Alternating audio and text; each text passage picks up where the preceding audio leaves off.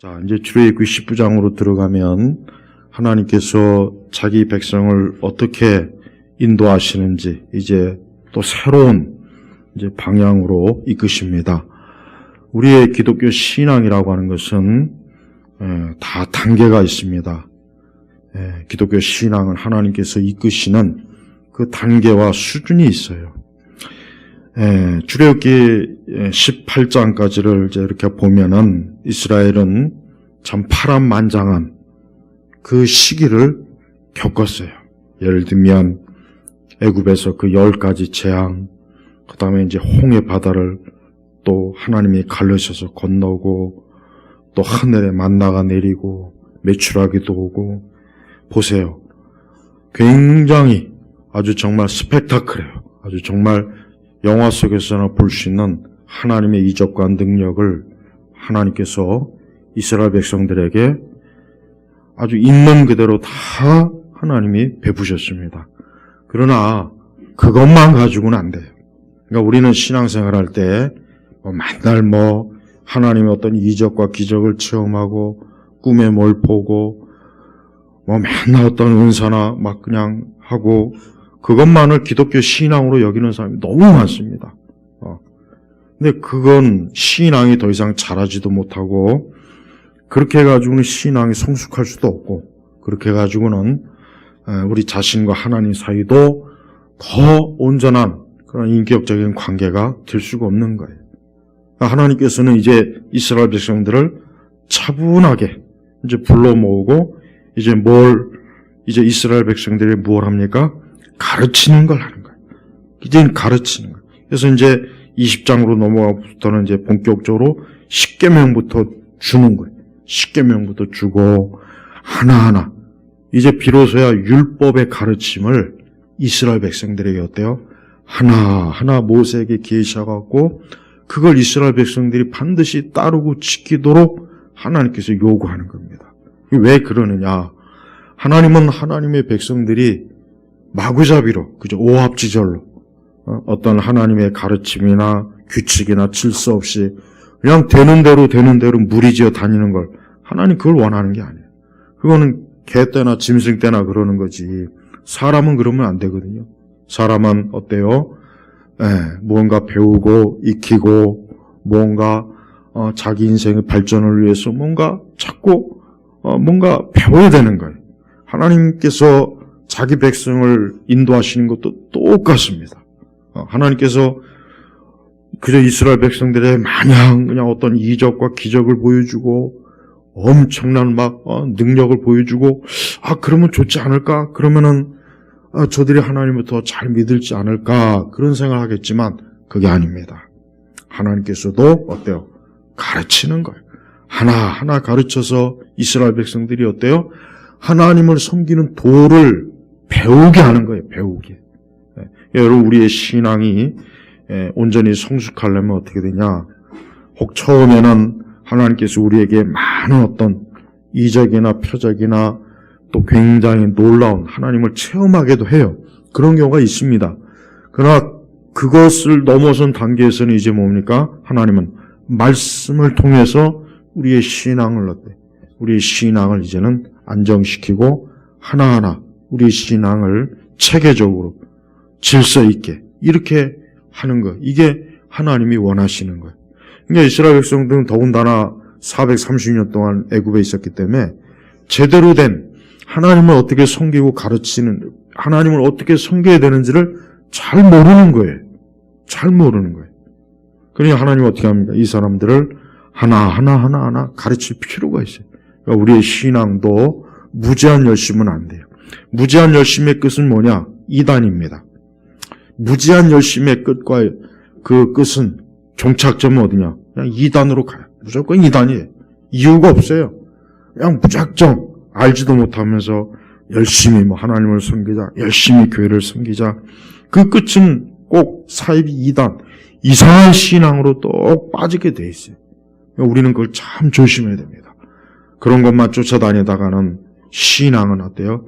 자라지도 않고 성숙하지도 않고 내용도 없고 그냥 맨날 평생 이상한 것만 쫓다가 그냥 끝나버립니다. 그런 신앙을 갖지 말고 우리는 이제 어때요? 하나하나 이젠 내가 하나님을 섬기는 도를 체계적이고 규칙적이고 질서 있게 배워야 되는 거예요. 그래야 우리의 신앙이 어때요? 온전하고 안정되고 또 그릇된 길로 빠지지 않아서 우리가 자칫 마귀와 사단의 귀신의 그 거짓 가르침이나 교훈에 빠져갖고 엉뚱한 길로 추락하지 않는 것입니다. 그래서 하나님께서는 이제 이스라엘 자손이 애굽 땅에서 나온 지 석 달째, 이 석 달 전으로 이스라엘은 정말 많은 일들이 있었잖아요. 우리가 출애굽기 초기부터 봤지만은 정말 엄청난 하나님의 역사한 능력을 경험했습니다. 하지만 하나님은 이제 때가 됐어요. 때가 됐으니 겁니까? 하나님께서는 이제 신의 광야에 이르렀고 르비딤을 떠나 신의 광야에서 장막을 쳤으니 장막을 친 거예요. 이제 거기서 잠깐 머물러 갖고 이스라엘이 거기 그 산 앞에 장막을 쳐서 어떻습니까?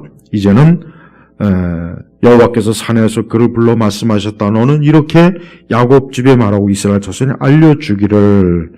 이제 하나님께서는 차분하게 이제는 많은 그 참 어려운 일들이 지나고 이제는 차분하게 이스라엘 백성들을 앞에다 불러놓고 하나하나 이제 가르칠 준비를 하고, 그래서 모세는 그걸 때문에 하나님께서는 모세를 따로 불러가지고 모세에게 율법을 계시해갖고 이제 이거 하나하나를 가서 이스라엘 백성들에게 가르쳐라.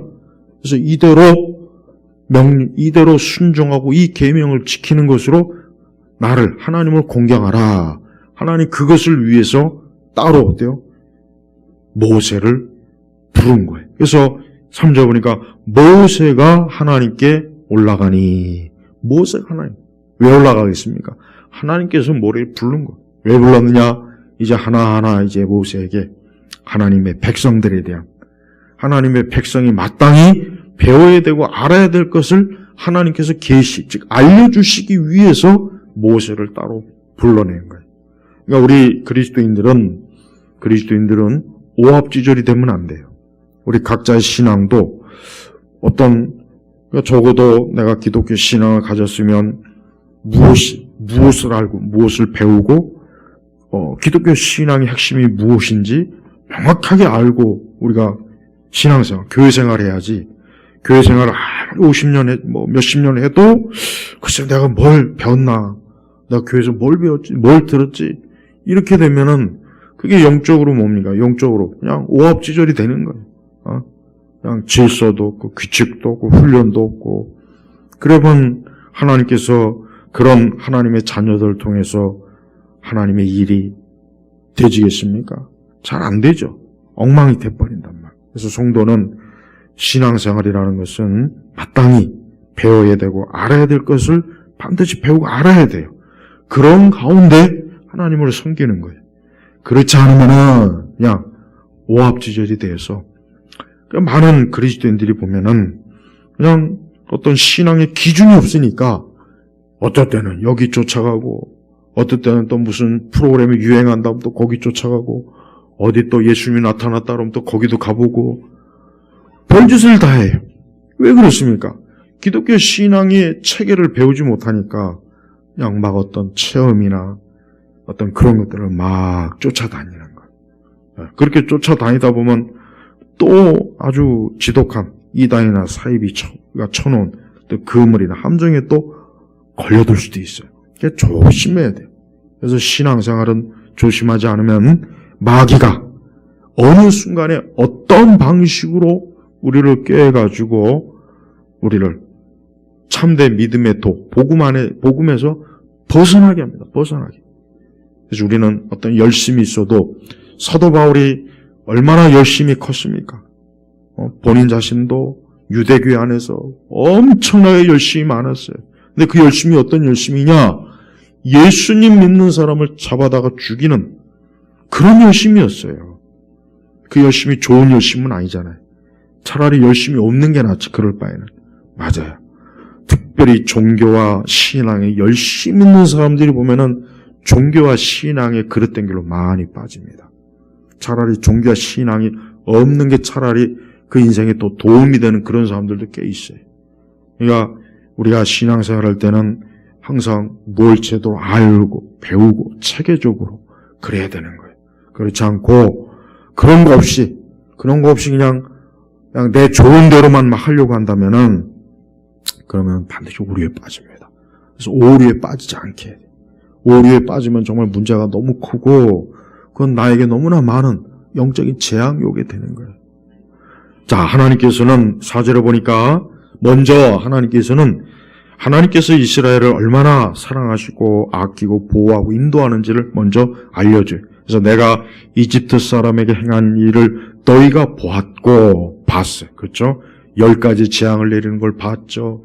그래서 하나님께서 살아계신 걸 보여줬어요. 또 내가 너희를 독수리 날개로 엎어 너희를 내게로 인도했음을 보았다. 뭡니까? 하나님께서 자기 백성을 하나님의 품에서 하나님께서 안전하게 하나님이 이끌어내셨다는 거예요. 그리고 5절에 보니까 온 땅이 내 것이니 이제 너희가 내 말을 잘 듣고 내 언약을 지키면 너희가 모든 백성들 중에서 내 소유가 될 것이며 또 너희는 내게 제사장 나라가 되며 거룩한 민족이 될 것이다 하여라. 이것이 내가 이스라엘 자손에게 할 말이다. 자, 이제 하나님께서 첫 번째 이스라엘 백성들에게 첫 번째 교육을 시켜요. 어떤 교육이냐? 그것은 이 이스라엘 백성은 이제 누구예요?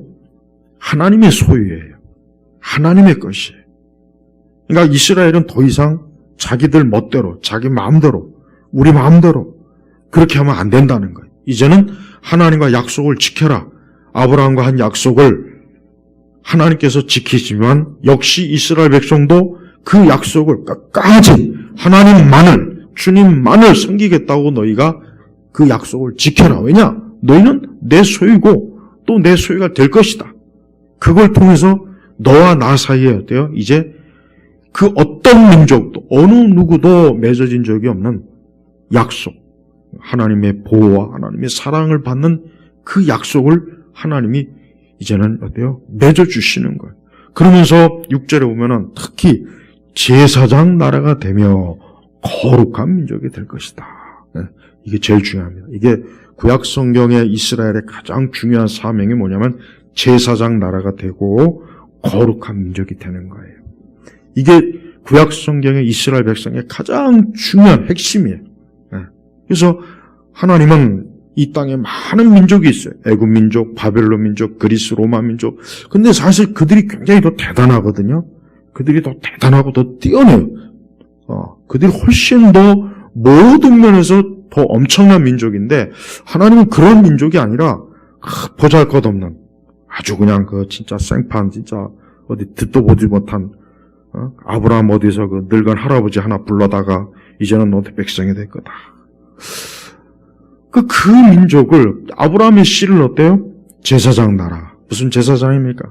하나님의 구속에 이 하나님의 구속 역사를 일으키기 위한 그런 제사장으로서의 그 사명을 하나님께서 유대민족, 그래서 유대민족에게 뭘 허락했습니까? 성전을 허락했잖아요. 하나님을 제사할 수 있는. 여러분 세상 다른 민족도 다 제사를 해요. 근데 그들이 하는 제사는 누구에게 하는 겁니까? 마귀에게 하는 거예요. 그러나 유대민족만큼은 유일하게 어때요? 살아계신 하나님께 제사하는 거예요. 이게 정말 중요한 거예요. 그러니까 하나님은 다른 모든 민족 가운데 이 유대민족을 아브라함의 씨를 유일하게 살아계신 하나님에게만 제사할 수 있는 특권을 허락하셔요. 다른 민족들은 다 귀신에게 절하고 귀신에게 막 그냥 공경하고 귀신을 위해서 건물을 짓고 제사상 차리고 귀신을 위해서 온갖 푸닥거리를 다 하는데 오직 이 유대인 이스라엘 백성에게만 이걸 허락한 거예요. 그러니까 특권이에요. 그리고 또 뭐니까 당연히 거룩한 민족. 왜 거룩합니까? 살아계신 하나님을 믿고 하나님을 아는 민족이기 때문에 거룩한 거예요. 다른 민족은 하나님 몰라요. 다른 민족은 다 귀신, 마귀예요. 지금도 마찬가지입니다. 지금도 온 세상에 보면은 다 민족들 자체가 어때요? 거룩하지가 못해요. 사실 지금 신약시대는 거룩한 민족의 개념이 없어요. 신약시대는 그냥 다 더럽혀진 민족이에요. 여러분, 지금 유대인들은, 사실 지금 저 이스라엘, 지금 자기가 유대인이다 하는 사람들이 진짜 그 유대인의 순혈들이 몇 명이나 있겠습니까? 거의 없어요, 거의. 히틀러가 2차 대전 때 유대인을 색출하는데 어디까지 유대인을 정했냐? 딱 4대. 그 호적에서 딱 4대까지 유대인의 조상이 있으면 거기까지만 유대인도. 5대 넘어가면 너는 저 피가 더럽혀지니까 넌 그냥 이방인이야. 그러니까 넌 유대인 아니 걱정하지 마. 딱 4대까지만 유대인 그 호적을 보고 거기만 넌 유대인이구나 해가지고, 그러니까 그 몸의 4분의 1만 피가 유대인 피가 섞이면 넌 유대인이 해가지고 잡아서 다 죽인 거예요. 천만다행이죠. 5대까지는 얼마나 안심이 됐겠어요. 5대째부터는. 그러니 지금은 어때요? 지금은 솔직한 얘기로 아브라함의 피를 순순히 받은 그 유대인이 몇 명이나 되겠어요? 내가 볼 땐 거의 없을 거예요. 2000년 동안 나라가 없이 흩어져 갖고, 여러분 시골에서 개를 키우면은 이 개가 아무리 진돗개를 갖다 놔도 시간이 지나면은 다 잡종이 돼버려요. 왜? 그 동네에서 이놈개, 전형개 막 이렇게 서로 막 하다 보니까 아무리 순종도 한 1, 2, 3년 지나면 벌써 잡종이 돼버리는 거예요. 사람도 마찬가지예요, 사람도. 우리나라를 뭐 백이 민족이니 뭐니 배달의 민족이니 뭐라고 하는데 우리 한민족은 없어요. 여러분 어디 가서 저희 가서 피검사 해봐요. 다 보면 섞였어요. 다 섞였다고. 피검사 한번 해봐요, 진짜. 순수한 한민족은 없는. 우리가 신약의 관점에서는 사실 무슨 더군다나 신약 교회에서는 무슨 유대인이니 이방인이 그걸 구분할 이유가 없어요. 그러니까 왜 메시아닉주가 왜 이 바보 멍청이냐. 그 사람한테 물어. 야, 너 순수한 유대인 한 명 데려와봐. 그래. 내 순수한 유대인 단 한 명이라도 데려오면 내가 메시아닉주로 내가 아주 개종을 할 테니까. 없습니다. 더군다나 유대인의 지금 80%는 다 이방인. 더군다나 이방. 유대인의 80%는 전부 다 코카서스 지역에 있는 아스케나지. 그러니까 원래 애초부터 아브라함의 씨도 아니에요. 그러니까 자꾸 뭐 메시아닉주니 뭐 유대. 지금은 그럴 수가 없어요. 피가 없어요, 피가. 순혈이 없단 말이에요, 순혈이. 근데 무슨 뭐 유대인이 어쩌고 저쩌고 무슨 그 짓을 해요. 어디 유대인이나 좀 갖다 데려다 놓고 그러면 또 모를까. 그러니까 절대 그 메시아닉주니 그런데 빠지지 마요. 유대인이 어딨냐? 유대인 자체가 없는데. 그러니까 이스라엘 정부도 12지파를 못 하잖아. 왜? 너무 피가 많이 섞였으니까. 누가 레이지파인지, 누가 유다지파. 지금은 안 돼. 불가능한 거야. 안 되는 거야, 이게. 근데 걔들도 안 되는 걸 왜 쓸데없이 하려고 자꾸 그러냐고. 신약은 뭐예요? 영적 유대인. 그러니까 우리는 이제 영적인 유대인. 영적으로 아브라함의 씨. 누굴 통해서요? 그리스도를 통해서. 그러니까 더 이상, 그리고 세대주의 오류 또 하나 가르쳐 줄게요. 절대 민족적인 회개는 없습니다. 유대인의 민족적인 회개라는 건 없어요. 개개인의 회개지. 전 민족, 유대 민족이 한꺼번에 예수님 믿을 일은 앞으로 없어요. 절대 없으니까. 그러니까 세대주의자들은 그것도 큰 오류라고요. 유대 민족 자체도 피도 없는데 무슨 유대 민족이 어디 한 민족 전체가 예수님께 돌아옵니까? 그러니까 세대주의자들의 망상, 대표적인 망상이 그거예요. 그거 하나만 얘기해도 세대주의는 할 말이 없어요. 할 말이 없다고. 그러니까 세대주의 절대 빠지지 마요. 지금도 세대주의에 자꾸 빠져있는 사람들은 빨리 거기 벗어나요. 자꾸 거기 망상에 빠지지 말라고요. 더 이상 유대인과 이방인의 구별은 없어요. 없다고요. 왜 자꾸 없는 걸 왜 자꾸 분리해갖고. 그러니까 천년왕국도 제가 저번에 계시록 강의했잖아요. 유대 왕국의 회복, 다윗 왕국의 회복이란 말이에요.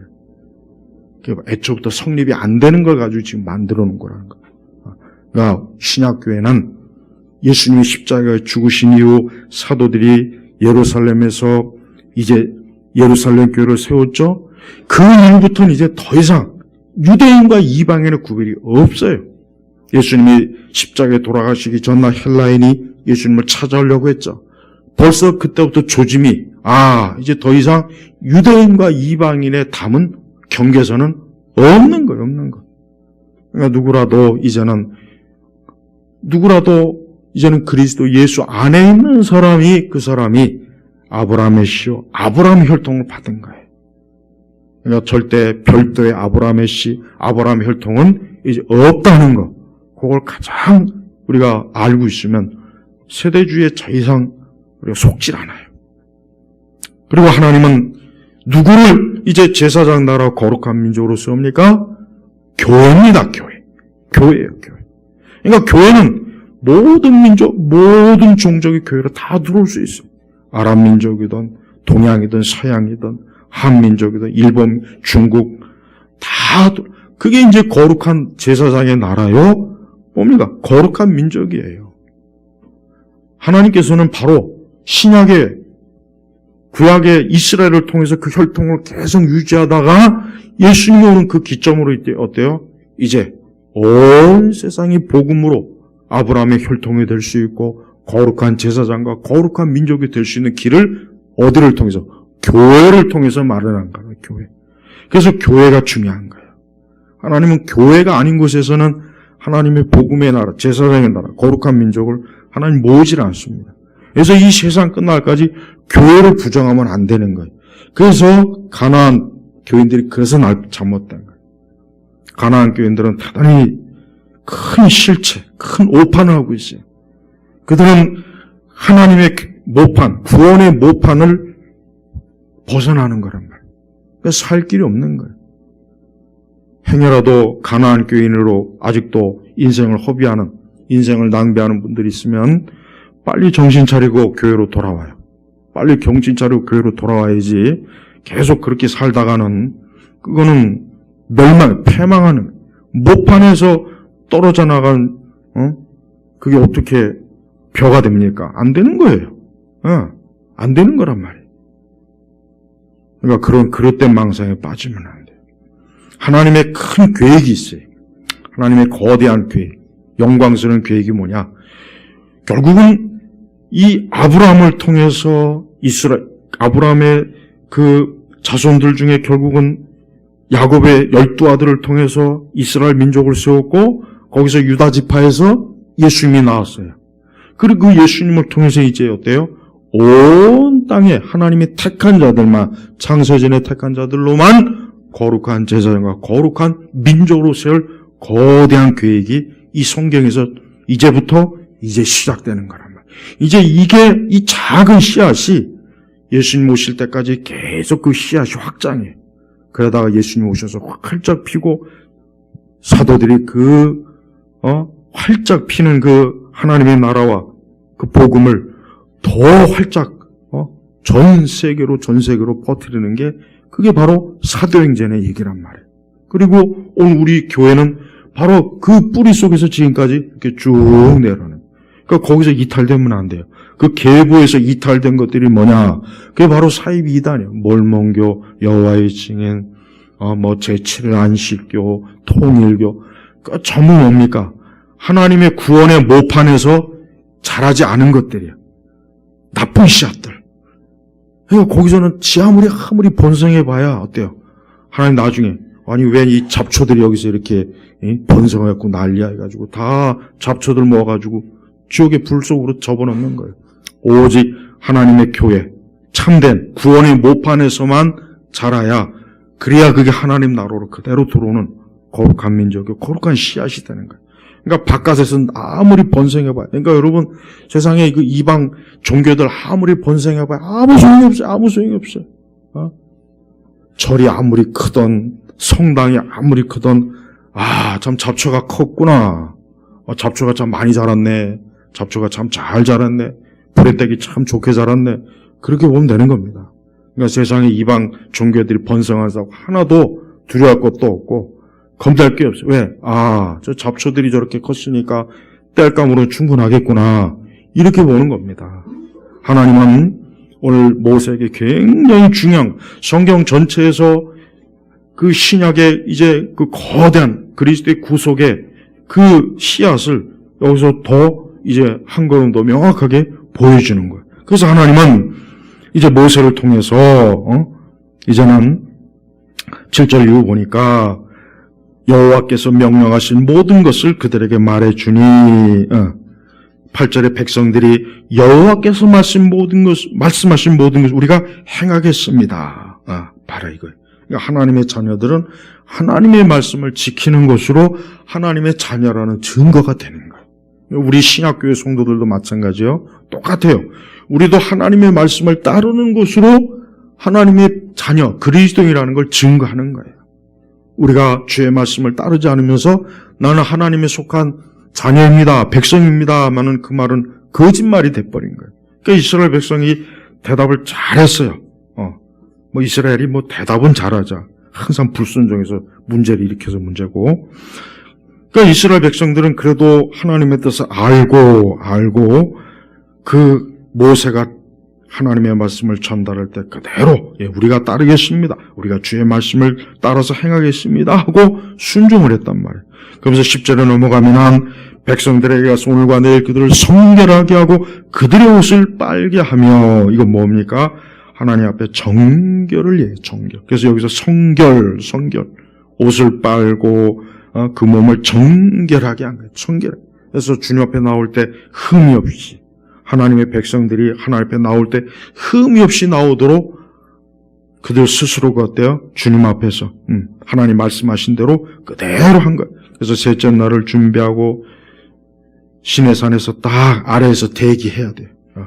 그러나 12절을 보면 굉장히 중요한 겁니다. 너는 백성들을 위해 사방에 경계선을 정하고 말하기를 누구든지 산에 오르거나 그 경계를 침범하지 않도록 조심하여라. 산을 침범하는 자는 반드시 죽임을 당할 것이다. 이게 바로 율법의 한계예요. 이게 구약시대의 한계예요. 이게 구약의 한계입니다. 자, 보십시오. 모세만 하나님 앞에 올라갈 수 있어요. 모세만 하나님이 허락했어요. 심지어 제사장들도 아래에서 대기하고 있어라. 조심해라. 너희들도 스스로 정결하지 못하면 하나님께서 너희를 찢을 것이다. 그러니까 구약에는 보십시오. 구약에는 하나님께서 딱 경계를 정했어요. 경계를 정해가지고 그러니까 모세는 우리가 갈라디아에서도 들었지만은 율법의 한계는 딱 거기에요. 율법의 한계는 뭐예요? 하나님 앞에 가까이 나아갈 수가 없어요. 하나님 앞에 나아가다가 다 죽는 거예요. 나아가면 죽는 거예요. 그러니까 하나님께서 율법으로는 하나님 앞에 나오지 못하게 딱 경계선을 쳐버린 거예요. 그런데 그러니 율법을 가지고 하나님 믿으려고 하니 그게 되겠습니까? 안 되는 거죠. 안 되는 건데 그걸 갈라디아 교회 교인들이 그냥 어리석게 그 거짓 교사들의 말 듣고 하나님이 딱 경계를 쳐놓은 걸 우리가 넘어가면 어때? 이러는 거예요. 그러니까 바울이 기가 막힌 거지. 얘들이 도대체가 이게 율법도 제대로 모르는구나. 아니 봐요. 누구든지 사방의 경계선을 정하고 이 경계선은 뭡니까? 인간과 하나님 사이에 딱 쳐놓은 거예요. 이 경계선은 사람이 아무리 노력하고 아무리 도덕과 예의와 윤리와 철학으로 어떤 것으로도 경계선을 넘을 수 없어요. 그런 식으로 넘으면 다 죽는 거예요. 산을 침범하는 자는 반드시 죽임을 당할 것이다. 그래서 13절에 그렇게 한 자는 손을 대지 말고 반드시 왜 손을 대는 거 왜 그러냐? 부정하니까 손을 대지 말라는 거예요. 그 대신에 돌로 쳐 죽이던가 활로 쏘아 죽여야 하며 짐승이든 사람이든 살아남지 못할 것이다. 이게 구약의 사실 하나님의 이런 엄한 면이 이 구약의 이 하나님의 이 엄격한 면을 잘 이해해야 돼요. 자, 하나님께서 예수님을 이 땅에 보내신 이유는 바로 하나님이 이렇기 때문에 그러는 거예요. 만약에 하나님께서 예수님을 안 보내시면은 여전히 이 세상은 어때요? 하나님 앞에 나아갈 수 없습니다. 나아갈 수가 없어요. 끝내 그 경계선을 못 넘어요. 어떤 방식으로도 못 넘게 되십니다. 넘으면 죽는 거예요. 하나님은 바로 그 경계선을 누구를 통해서 없애셨습니까? 예수님을 통해서 없애신 거예요. 그래서 예수님이 숨을 거두시자마자 그 성전의 휘장이 쫙 찢어졌죠. 그 성전의 휘장은 굉장히 두꺼워요. 사람의 힘으로 못 찢어요. 황소 2마리가 옆으로 해야 가까스로 찢어져요. 근데 그냥 확 찢었어요. 뭡니까? 경계선이 없어진 거예요. 경계선은. 인간은 어느 누구든지 마찬가지입니다. 창조주 하나님 앞에 나아갈 수가 없어요. 타락한 인간은 하나님 앞에 나아갈 수 있는 경계선이 딱 쳐진 거예요. 그래서 아담과 하와가 다시는 에덴 동산을 못 갔잖아요. 쫓겨난 이후에 다시 에덴 동산으로 찾아가 볼까? 아마 그랬을지 모르겠지만 찾아도 못 찾습니다. 하나님 막아놨기 때문에 못 들어가요. 근데 그걸 누굴 통해서 하나님 활짝 열었습니까? 예수님을 통해서 이제 하나님께로 다시 올 수 있도록 그 경계선을 활짝 열어주신 분이 누구냐? 예수님이에요. 하나님의 아들 예수님이라고. 그래서 우리는 하나님 앞에 이렇게 나올 수 있는 거예요. 인간이 하나님께 예배 드릴 수 있는 것만큼 큰 축복이 없어요. 만약에 하나님께서 이 경계선을 열어주시지 않았다면, 예수님을 통해서 열어주지 않았다면은 사람들이 아무리 자기들이 멋있는 의식과 종교의식 절차를 아무리 만들어봐야 그거는 뭐 되지도 않는 일이에요. 암만 해봐야 되지도 않는 일이에요. 그래서 세상에 많은 종교들이 무익한 겁니다. 그들이 아무리 열심을 내고 열정적이고 노력하고 힘쓰고 헌신을 해도 우리나라 신라시대 불교가 어떻게 들어왔습니까? 2차돈이 순교해서 들어왔어요. 난 어릴 때 그 인형극이 막 2차돈이 순교할 때 막 그냥 감동적이더라고. 주일학교 다녔는데도 그걸 감동적으로 봤으니 참 제정신이 아니었던 것 같아요. 어린 마음에. 2차돈이 순교하고 난 다음에 신라가 불교를 도입했어요. 근데 그것도 소용없는 거예요. 순교 아니라 순교 나발이라도 소용없어요. 인간은 예수님을 통해서야, 예수님이 십자가에 죽으셔야만 하나님 앞에 나올 수 있는 거예요. 예수님이 아니면 이 땅에 있는 모든 사람이 다 피 흘려봐야 아무 소용이 없습니다. 모든 사람이 십자가에 다 매달려봐야 더러운 피 갖고는 안 되는 거예요. 더러운 피 갖고는 안 되는 거예요. 누구라도 안 되는 거예요. 오직 누구예요? 그리스도의 피 외에는 안 됩니다. 그러니까 이 경계선, 그러니까 모세의 율법의 한계는 바로 여기에 있는 거예요. 그러니까 우리는 모세의 율법의 한계를 잘 이해해야 돼요. 그래야 신약의 예수님이 이 구속의 사역이 뭔지를 깨달을 수가 있어요. 그리고 또 하나님께서는 이스라엘 백성들이 자기에게 접근하지 못하도록 몇 번이나 경고를 하고 큰 나팔 소리도 들리게 하고 백성들이 하나님을 두려워할 수 있도록 아주 18절에 보니까 시내산의 연기가 자욱하고 불 가운데 내려오시고, 그러니까 이스라엘 백성들은 벌써 그거 하나만으로도 야, 저기 갔다간 죽겠구나. 저기 근처에 갔다간 저 살 수가 없겠구나. 그러니까 이 사람은요, 아무리 무신론자고, 아무리 뭐 신이 없다 뭐에다 해도 인간에게는 이 절대자에 대한 두려움이 다 있습니다. 이게 인간의 본성에 새겨진 거라 인간은 이 어떤 절대적 신에 대한 두려움이 있는 거예요. 근데 그게 이제 미신적으로 흐르니까 문제죠. 미신적으로 흐르니까 어떤 이 세상 종교에 대해서도 사람들이 두려워하고 무서워해요, 다. 이 종교의 권력이라고 하는 것은 이게 절대 우습게 볼 수가 없어요, 사실은.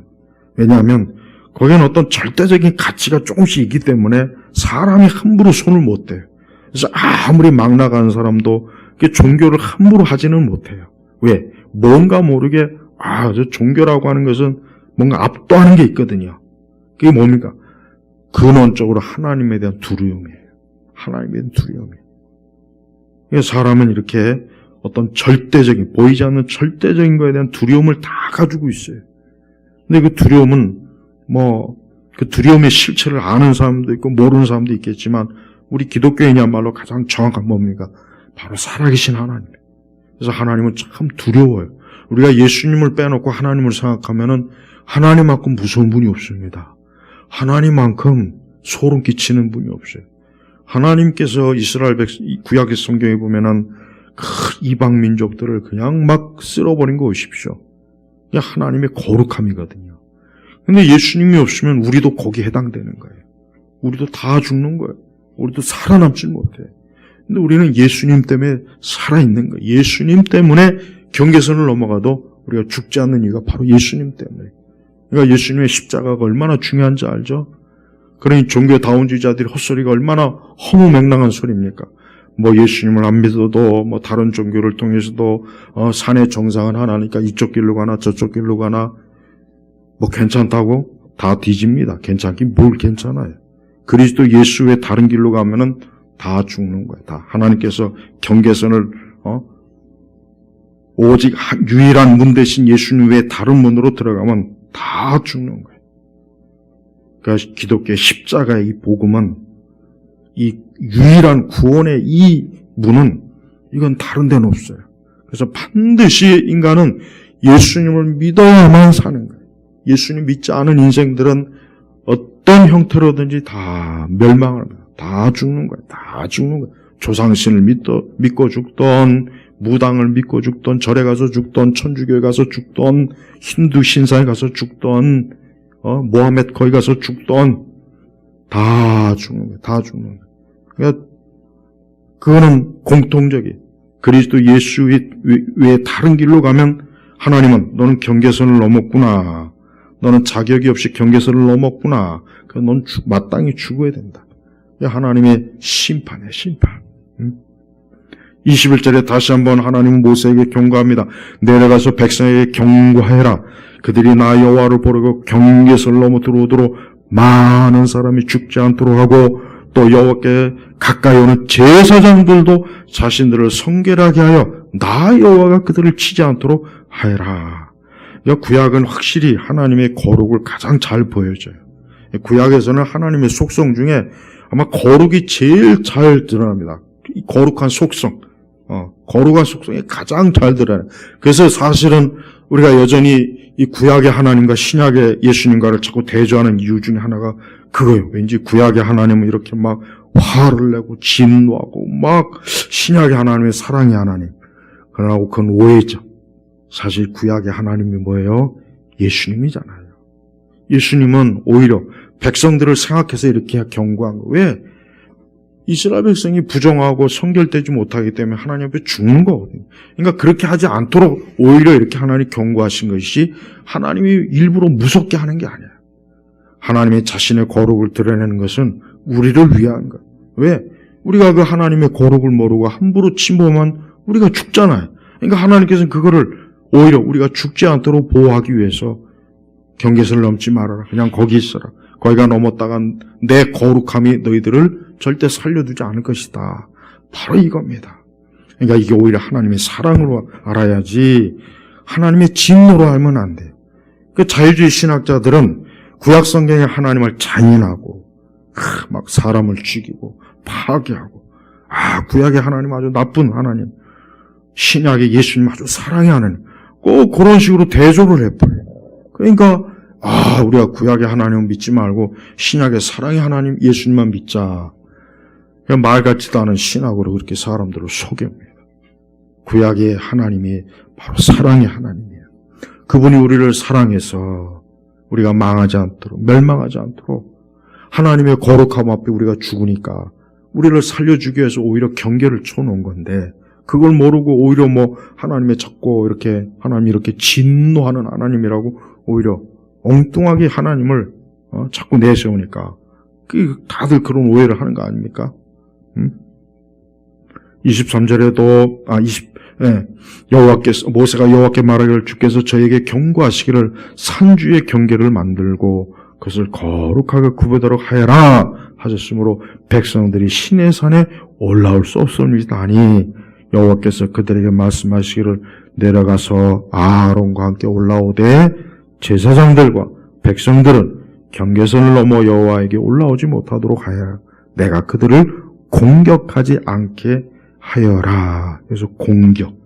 그러니까 하나님은 하나님 앞에 거룩하지 못하는 것은 하나님이 이렇게 하나님께서 친히 심판하신다는 증거가 돼요. 그러니까 이 땅도 마찬가지입니다. 예수님 안 믿는 사람은 그 사람들 자체가 부정하고 하나님 믿지 않는 사람이기 때문에 어떻게 됩니까? 그의 인생들은 계속해서 하나님으로부터 공격을 받는 거예요. 이걸 잘 알아야 돼요. 예수님 안 믿는 사람들 진짜 이거 잘 알아야 돼요. 예수님 안 믿게 되면은 아무리 그 사람들이 노력하고 열심을 내고 그래도 소용없습니다. 왜? 그들이 거룩하지 않기 때문에 하나님이 그들을 어때요? 부정하게 여기서 계속 그들을 어때요? 공격하는 거예요. 그래서 하나님을 믿지 않는 사람은 그 사람들의 인생이나 삶은 가만히 있으면은 반드시 파탄나고 망하고 저주가 있고 재앙이 있고 악한 게 정말 많이. 왜? 하나님 가만 안 놔둬요. 그러니까 빨리 어때요? 예수님 앞으로 돌아와야 되는 거예요. 제가 항상 강조하는 게 뭡니까? 사람이 빨리 예수님 앞에 돌아오면 삽니다. 모든 면에서 살아요. 그러나 그리스도 바깥에 있으면 모든 면에서 죽어요. 망해요. 하나님께서 보십시오. 내가 그들을 공격하지 않게 하여라. 이 얘기는 뭐냐? 제사장들과 백성들이 경계선을 넘고 하나님의 거룩을 훼손하면 하나님 가만 안 놔둔다는 겁니다. 무서운 거예요. 지금도 마찬가지예요. 수많은 인생들이 이걸 모르고 진짜 여러분 이 땅에 있는 모든 사람들 가만히 보면은 예수님 믿지 않는 사람들 그런 모든 인생들을 보면은 다 재앙이 있어요. 다 재앙도 받고 저주도 있고 굉장히 많은 아주 그냥 고달픈 게 있습니다. 왜 그런지 아십니까? 그 팔자가 더러워서 그런 게 아니에요. 무슨 손금이 잘못돼서 그런 게 아니에요. 그게 무슨 생년월일 일시가 잘못된 게 아니에요. 그게 무슨 관상이 나빠서 그런 게 아니에요. 왜 그렇습니까? 예수님으로 보호를 받지 못하는 거예요. 그리스도의 보호를 받으면 하나님께서는 이제 그와는 어때요? 화해한 거예요. 이제 그와는 화목한 거예요. 이제 하나님 그를 너무 사랑해가지고 독수리의 날개로 오고 너희를 내게로 인도. 하나님 오히려 보호합니다. 지킵니다. 사랑해줘요. 그러나 그리스도 안에 없는 바깥에 있는 사람은 어딜 가도 다 재앙을 받게 있어요. 그리고 특별히 이 땅에서 우상의 노릇한 인생들은 다 망합니다. 그래서 연예인들이 보면은 말로가 안 좋아요. 이 땅에 특별히 유명 인사들 가만히 보면은 말로가 별로 안 좋습니다. 왜 그러냐면 사람들로부터 우상 숭배를 받기 때문에 그러는 거예요. 숭배를 받기 때문에 그러는 거예요. 그게 벌써 뭔가 작은 신 노릇한 거, 자기가 하나님 노릇한 거예요. 그래서 절대 세상에서 인기 있는 걸 도하지 마세요. 그거는 가장 나쁜 징조예요. 하나님은 어느 인생이든지 여러분 아이돌이라는 말 자체가 우상이잖아요. 우상이란 말이 아닙니까? 우상의 자리를 앉아갖고 사람도 경배받으면 그거 다 저주받아요. 헤롯이 마치 화려한 옷을 입고 나와서 백성들로 하여금 마치 하나님처럼 섬김받으니까 우쭐대다가 어떻게 됐습니까? 충이 먹어서 벌레가 먹어서 죽었다 그랬죠. 똑같아요. 저도 가만히 살펴봤어요. 이 세상에서 인기 있는 사람들 보니까 말로 다 안 좋습니다. 다 비참해요. 왜? 자기가 하나님 노릇했거든. 우상의 노릇했거든. 그러니까 하나님께서 그냥 더 크게 심판하는 겁니다. 이게 무서운 겁니다. 우리 성도들은 세상에서 영웅이 될 생각하면 안 돼요. 우리는 하나님을 섬기고 예수님만을 높이면 이거로 만족하고 이게 가장 좋은 거지. 자기가 작은 하나님이 되고 작은 신이 됐다가는 그거는 오히려 망합니다. 다 망합니다. 한번 여러분 두고 보세요. 다 보시란 말이에요. 지금 이렇게 인기가 있고 환영받죠. 여러분 우리나라 대통령 중에 솔직히 행복한 대통령 있습니까? 없잖아요. 우파든 좌파든 간에 이 세상에 권력자들 중 행복한 권력자 있습니까? 없습니다. 여러분 찰리 채플린이 얼마나 쓸쓸하게 죽었는지 아세요? 평생 어제 사람들 웃기고 말년에는 스위스에서 쓸쓸하게 죽었어요. 그 회고록 읽어보면은 굉장히 허무해요. 쓸쓸해요. 그러니까 이 세상에서도 보면은 인간이 흙으로 지어진 주제가 막 자기가 뭐나 된 것처럼 영웅이 되고 하죠. 시간 지나면 어떻게 되냐면 하나님께서 그런 인생들은 더 아주 혹독하게 너는 평생을 우상 노릇했기 때문에 너는 더 벌을 받아야 된다 해가지고 더 비참하게 끝내버려요. 그러니까 성도는 그리스도 예수 안에서 평범하게 사는 걸 기뻐하세요. 예수님 안에서 하나님 섬기고 평범하게 사는 게 좋습니다. 절대 세상에 영웅이 되려고 하지 마세요. 이 세상에 영웅치고 행복한 사람 난 이제까지 한 번도 못 봤어요. 정말 못 봤어요. 진짜 못 봤다니까요. 왜? 없으니까. 있을 수가 없거든요. 하나님 가만 내버려 두지 않습니다. 감히 하나님과 비기려 하는 세력은 다 망하게 돼 있어요. 그러니까 우리 성도는 소박하게 그저 나는 하나님 잘 섬기고 예수님 잘 믿고 이 땅에서 주님을 공경하고 그러고 사는 걸 유일한 행복으로 소망으로 하십시오. 그 이상 더 뛰어난 걸 바라지 마세요. 그러려면 이 세상 신과 손을 잡아야 돼요. 마치 괴테 작품에 나와 있는 것처럼 악마와 계약을 맺어야 돼요. 악마와 계약을 맺으면 악마가 모든 걸 줄 거예요. 그렇지만 그 끝은 어떻습니까? 공포, 멸망. 그러니까 절대 예수님 떠나서 세상 공중 권세자분과 계약을 맺지 말아요. 그 불신앙자들이 다 계약 맺은 거예요. 우리는 누구와 계약을 맺어야 됩니까? 예수님과 계약을 맺으면 돼요. 우리 예수님과 언약을 맺으면 우리는 삽니다. 인간은 살게 돼 있어요. 그러나 이 공중 권세자분 자하고 계약을 계속 맺었다가는 결국 그게 죽음과 멸망의 계약이라는 거 알아야 돼요. 그 대신 마귀는 자기하고 계약 맺었기 때문에 많은 걸 줍니다. 많은 걸 줘요. 하지만 그 끝은 어떻습니까? 대가가 아주 혹독하고 무서워요. 그러니까 절대 세상하고 계약 맺지 마세요. 오직 생명의 언약, 그리스도와 언약 맺어요. 그리스도. 그 언약은 아주 생명, 나를 살리는 것이고, 나를 축복하는 거고, 나를 지키는 거고, 나를 돌보는 거고, 너무나 좋은 거예요. 사람은 태어나서 빨리 하나님과 생명의 계약을 딱 맺어야 돼요. 그리고 마귀하고의 계약은 딱 끊어버려야 돼요. 물론 마귀하고 계약을 맺으면 마귀는 세상 걸 막 물려줍니다. 자기하고 계약을 맺었기 때문에 대가는 주는 거죠. 막 세상에 좋은 대가는 자꾸 줘요. 근데 그걸 넙죽 받아먹다간 죽는 거예요. 죽는 거라면. 그러니까 어떤 일이든지 마귀하고 계약을 맺은 그런 인생 되지 말고 예수님하고 빨리 계약 체결해야 돼요. 예수님하고 계약 체결하면 그 약은 불변의 언약이고 절대 하나님 편에서 절대 계약 취소할 일도 없고 우리는 영원한 생명 안에서 영생을 누리고 이 땅에서도 하나님의 보호를 받고 저주도 없고 재앙도 없고 예수 믿으면 좋은 건 다른 거 없어요. 확실히 저주와 재앙은 없어요. 이건 아주 너무 좋은 거예요. 예수님 믿는 그 순간 저주와 재앙은 딱 끊어집니다. 그냥 예수님 안 믿는 사람 계속 저주가 그 개인 대대로 내려가요. 개인이 그 저주가 있다는 거예요. 개인이 저주가 있다고요. 그러니까 빨리 그 저주에서 끊어지려면은 돌아와야 돼. 누구에게로? 예수님께로. 주님께로 오면 되는 겁니다. 인생의 원리는 딴 게 없어요. 복잡한 하나도 없습니다. 성경에 다 나와 있어요. 그걸 모르고 사니까 대기업 회장도 돈 버는 재주와 기술은 있는데 자기의 영원한 운명에 대해서는 모르니까 답답한 거예요.